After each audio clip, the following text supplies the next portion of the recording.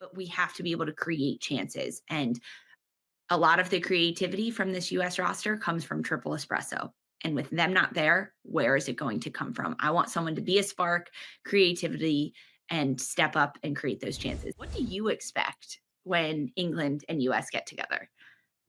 I want a battle. I want like maybe a little bit of caginess. I don't know if it's just because of the NWSL championship that we're just coming off of and what we saw there between Orlando and the Spirit, but I want to see that. I want to feel it. I want to feel that it's a big moment, and nothing says rivalry better than two teams who are kind of in the top of their game and in the top of their form. And this is a bit of a homecoming for Emma Hayes. So there's this like weird sub layer of like what it's going to mean for her to return and come back after winning a gold medal with USA and Serena Wigman, and who she's calling in, and who also she wants to get looks at as well, because this is it. We're in the in between. This is the buildup. This is the look ahead to the 2027 and 2028 cycle. And so what are these teams going to start looking like, preparing for, and how are they going to start to take shape ahead of that next major international cycle? And this is just going to be the first one. I wouldn't be Mhm. surprised if in the build up over the next couple of years where we get another one of these between USA and England, maybe they finally bring themselves over to the United States. I want to ask you about the goalkeeper position because it is clearly top of mind for a lot of people. Some people in our chat with us live on YouTube, hey guys, we see you. Thanks for chatting in here. They are saying that Casey Murphy is the goalkeeper in waiting. That is the number two, already ready to move up. There's also Jane Campbell. Paul Brown is saying, in my opinion, Casey Murphy is the goalkeeper in waiting. Jane Campbell got a shout out as well. Guys, they're not in this camp.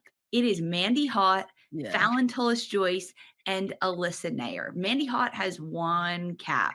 Tullis-Joyce has none. It's slim pickings, I'm just saying, of like experienced keepers in this camp outside of Alyssa Nair. Who would you think would get more time between Hott and Tullis-Joyce I in this just camp?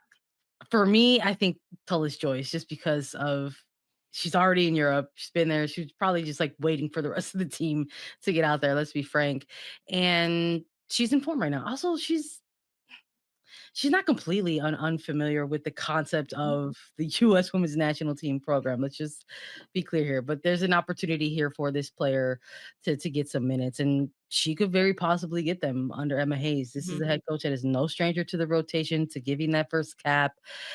She has been Hayes has been vocal about that. Hayes has been vocal about the fact that she wants that to be part of her era, of her tenure with this US Women's National Team, that there will be players who earn those moments, that they get those moments, that she's going to be that coach that gives out those first caps, not just giving them willy nilly. Obviously, you got to earn them, but just that she wants to be that coach. She understands the pressure that comes with is her as the manager, and but also what that means to a player once they put forth that effort. But for this particular one, I think you hit it right on the head. It's like you're not saying that there is no de facto backup. We can sit here and talk about the goalkeepers that have been Of part of this course. goalkeeping trio, but I'm with you in 100% that in this, there's a very special opportunity here for the goalkeeping position. And if I have to lean one way, I think Tullis Joyce. 100%. If I'm Tullis Joyce or Mandy Hott for that matter, every single moment that I am in this camp, I am turned on. I am a sponge absorbing everything. I am giving everything in training. I'm asking questions. I'm staying late. I'm following Alyssa Nair around to ask her questions.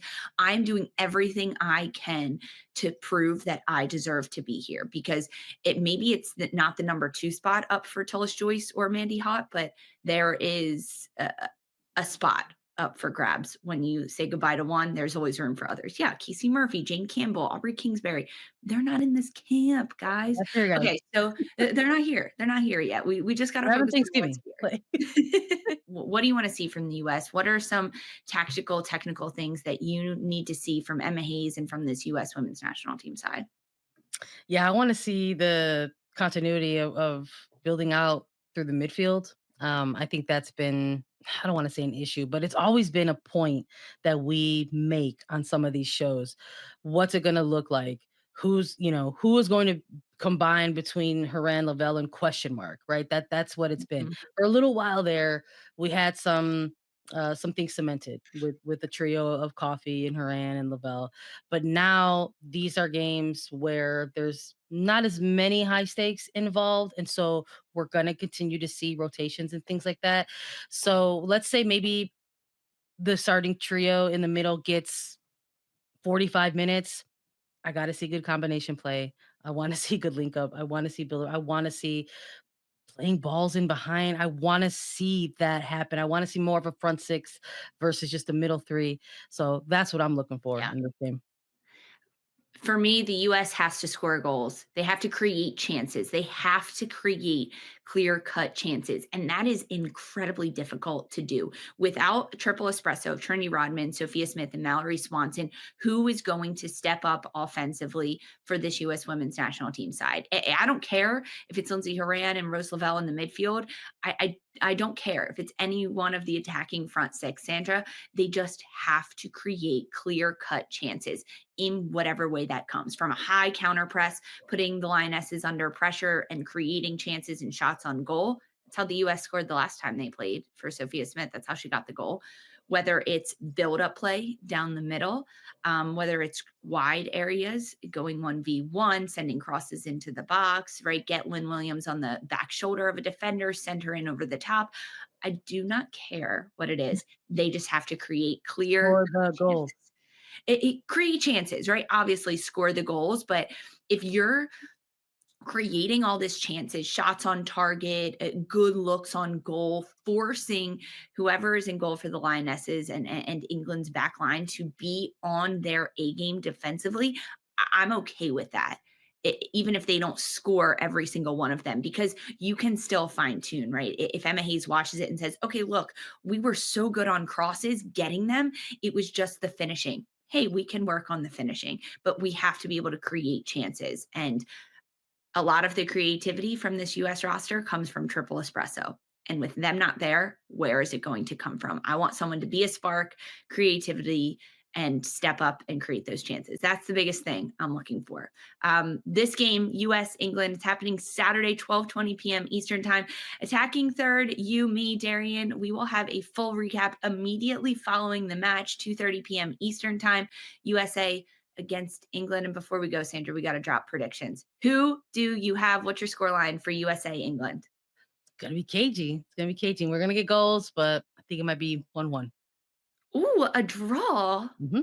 Wow. Okay. I am not going to go with the draw. Absolutely not. I am going with the US win, I love it. 2-1. Let's I think the go. roles are going to reverse from October 2022 when the last time these teams played. Nice. But cagey, definitely cagey. All right, let us know your predictions for USA versus England. They face off at Wembley on Saturday, and then join us right here on youtube.com/attacking third for a live recap of USA versus England Saturday, 2:30 p.m.